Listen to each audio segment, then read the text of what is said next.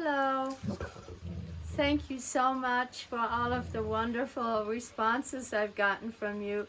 In case you wonder what that was just now, I did not growl. That was my puppy. He wanted to be in on this. So anyway, thank you so much. I've gotten such wonderful response from all of you, and I thank you for that. So today I have a new story because my sweet girlfriend Lori is willing to do this again. Oh, here he comes back, another country heard from. Anyway, so here we go. The name of this story is Papa. Aranka, where are you? Please come in the house. I was planting some forget-me-nots, which I had seen when I was walking along our little lane. They were sort of tucked under a very large hedge. It was very common in those days for people to put up boxwood hedges at the perimeter of their little gardens because they didn't really want anybody else to see what they were doing, which is sort of funny. The area we lived in had large garden plots owned by the city, but you could lease them for 99 years. You were not able to live there or build a house on it. However, people who had these little garden plots would have usually a small shed where they could put their garden tools and where they could find refuge if it started raining.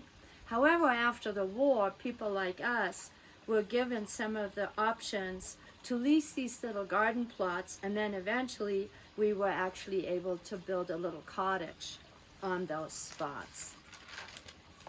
Is it working? Oh, okay, sorry. People who had these wonderful little garden plots, they would sort of show up in the afternoon or on the weekends, and then they would enjoy their trees and flowers, and of course they were planting lots of flowers and vegetables and strawberry beds and all sorts of stuff, because back then a lot of people didn't have enough to eat, so it was perfect to grow all your vegetables. These little garden plots were on, quote, the other side of the river, and this was not an area known for, let's put it this way, upscale folks. So I never knew that when I was a little girl, but later I found out that that was the case.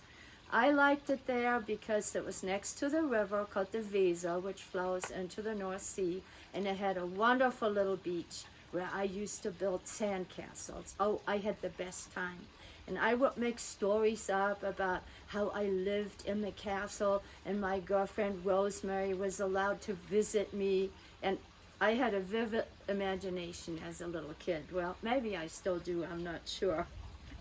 Anyway, across the river where we lived, when we would look up on the other side, because there was a hill that ran across the river, it had all these beautiful Victorian homes, and I really used to like to look at them. However, it was made very clear to me once I started to go to school that we were living on the wrong side of the tracks, which when I was small, I really couldn't comprehend what that meant.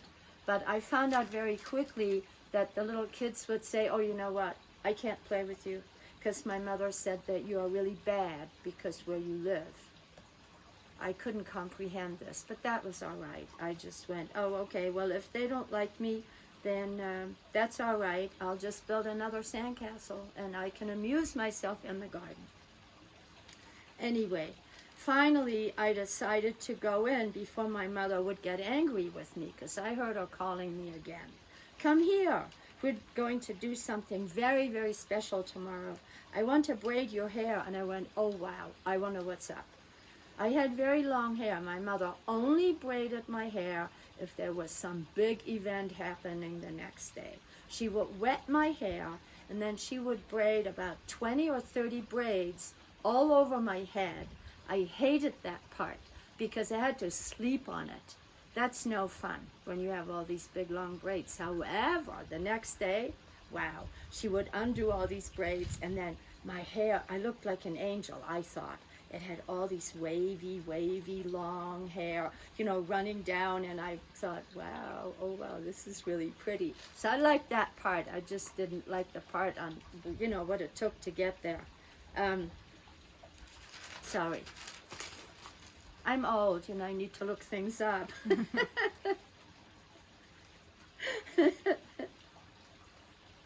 So when she was done, I said, Mama, why are you doing this?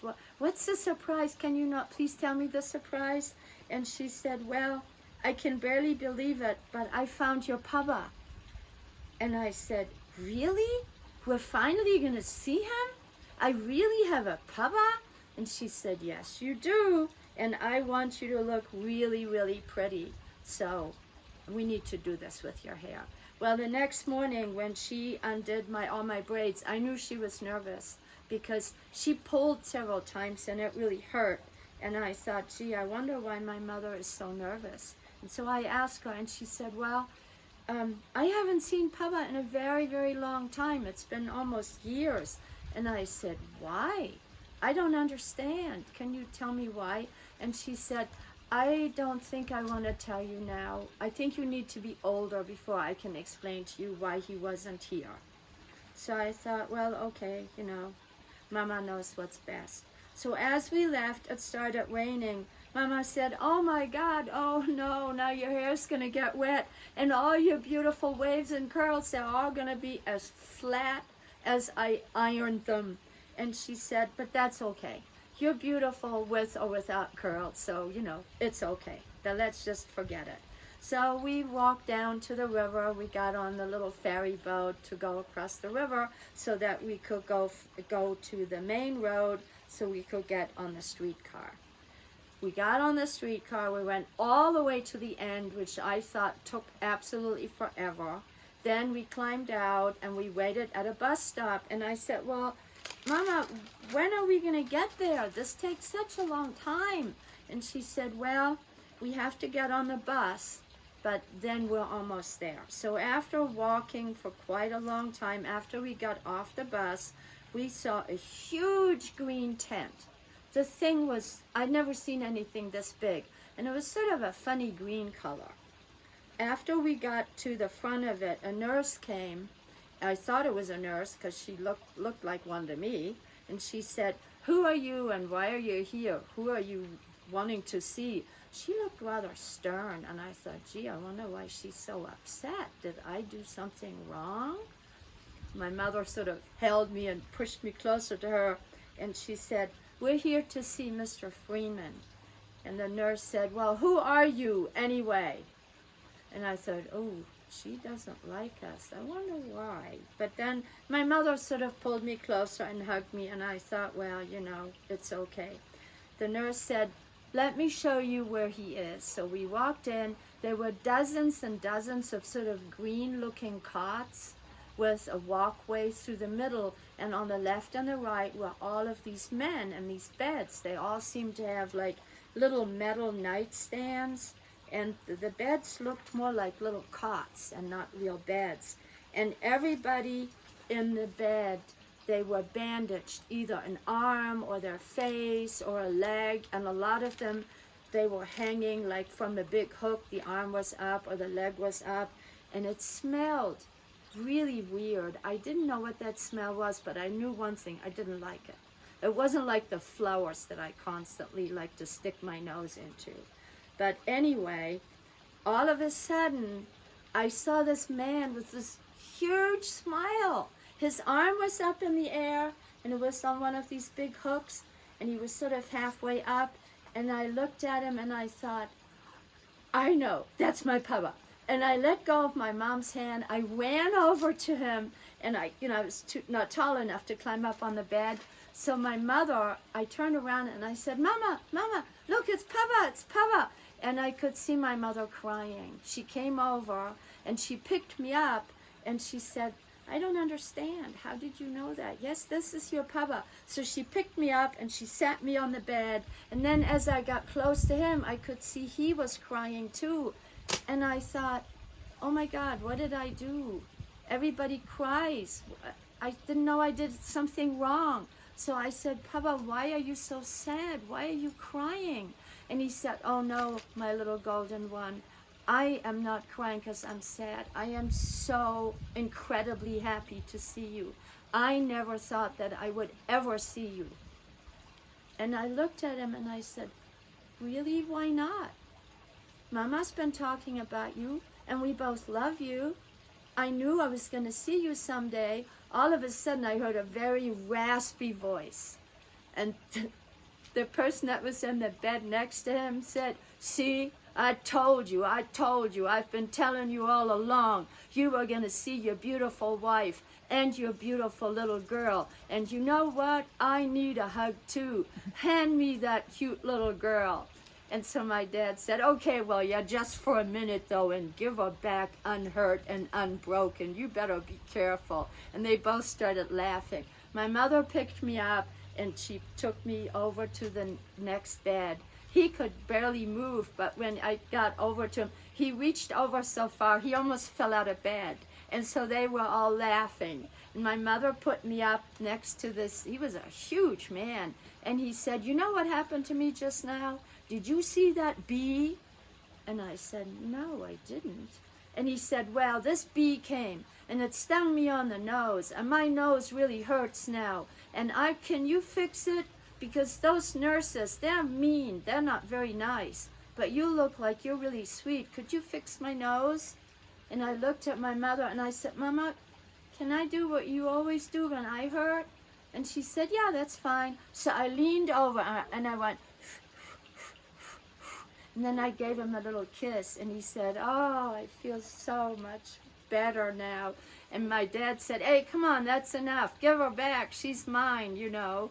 So as soon as I got back to my dad, this huge man said, oh, Mrs. Freeman, I certainly hope that you're going to get him out of here soon. Do you know this guy does not shut up? He's like an old spinster. And I said, Mama, what is the spinster? And she said, that's okay, I'll tell you later. You don't need to know that right now. And he said, it's unbelievable. I know absolutely everything about you. I know that you had a German Shepherd. I know what kind of an apartment you got as a wedding present. I know that your German Shepherd was always with you, that you had a canoe, that you spend the weekends in the country, and then every Monday, you and your husband would go out to a lavish dinner. You would have a fabulous dinner, and you might go to a nightclub show, and then you would dance all night long, and the next day, you would just go to work without sleeping. I know everything, and I know the big secret about you and champagne. My mother turned bright red. She was bright red. And he said, yeah, I know about it. He told me. And my father said, how could you? That was told to you in confidence. He wasn't going to not finish it. He said, you got drunk, you drank too much champagne, your husband had to carry you up to the second floor where your apartment was because you couldn't walk, you wouldn't stay in bed, you crawled out of bed, you were still dressed, and you crawled into your armoire, and you slept in the bottom of the armoire, and you woke up the next morning all among your shoes and your clothes hanging right down on your head. And my dad said, how could you? I can't believe you. My mother just said, well, yes, actually, that is true. But did he also tell you that that's the only time I ever got drunk? And he said, yeah, he did. He did tell me that that was the only time. But so you see, I would be so glad if you could just take him home because he drives me nuts. He talks and talks and talks. It's just unbelievable. Did you know he was like that? And my mother said, oh yeah, I do. He likes to talk, but he's so lovable. So my dad said, all right, that's enough now. I mean, I can't believe this. You know, I'm really upset with you now. And the gentleman said, oh, little one, come back, because I've been saving pieces of chocolate.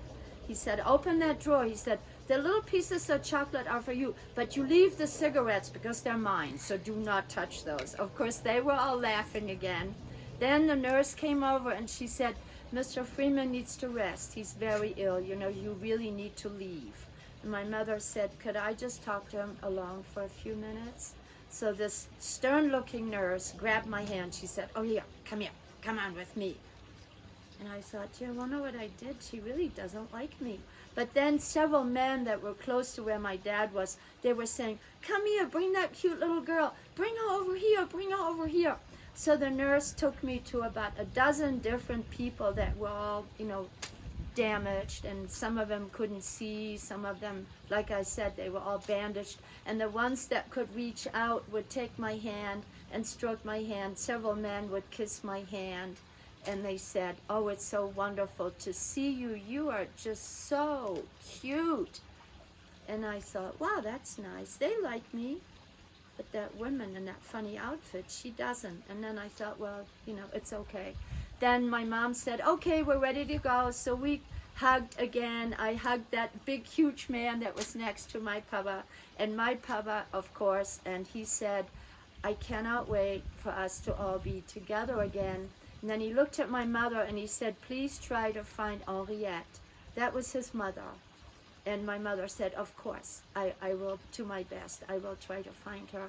Several months later, finally happened. Papa came home, and by that time my mother had found Henriette. And not too long after that, we were able to build our own little cottage. But that's another story. Thank you very much, and I'll see you soon. Love you.